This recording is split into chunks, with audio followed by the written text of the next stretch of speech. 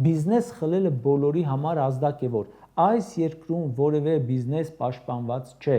Սամվել Կարապետյանի ընկերությունը Հայաստանի խոշորագույն գործատուներից է, բայց կառավարությունն ասում է, կարող ես բիզնես անել, աշխատողներ պահել, խոշոր հարկատու լինել, պետությանը հարկեր տալ, բայց ինչ որ մի պահի կարող է որոշեն, որ պետք է չաշխատես։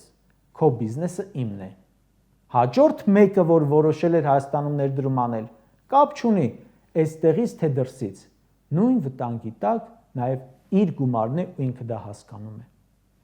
Բայց չի բացառվում, որ մեր բոլորի սեփականությունն էլ նույնությամբ վտանգի տակ է։ Վաղն էլ կարող են որոշել, որ մեր տներն են առնում մեր ձեռքից։ 150,000 արցախցու սեփականությունը արած դրածը ձեռքներից չառան։ Սամվել Կարապետյանի բիզնեսը խլելով ինչ եք կարծում, ում է վնաս տալիս ավելի շատ, բիզնեսմենին, թե քո երկրի քաղաքացուն, որ աշխատում էր նրա մոտ, քո բյուջեին, որ հարկային մուտքեր էր ապահովում։ Եվ այնպես չէ, թե բիզնեսը վերցրեցիր, այդ մուտքերը դու կարողանալու ես ապահովել։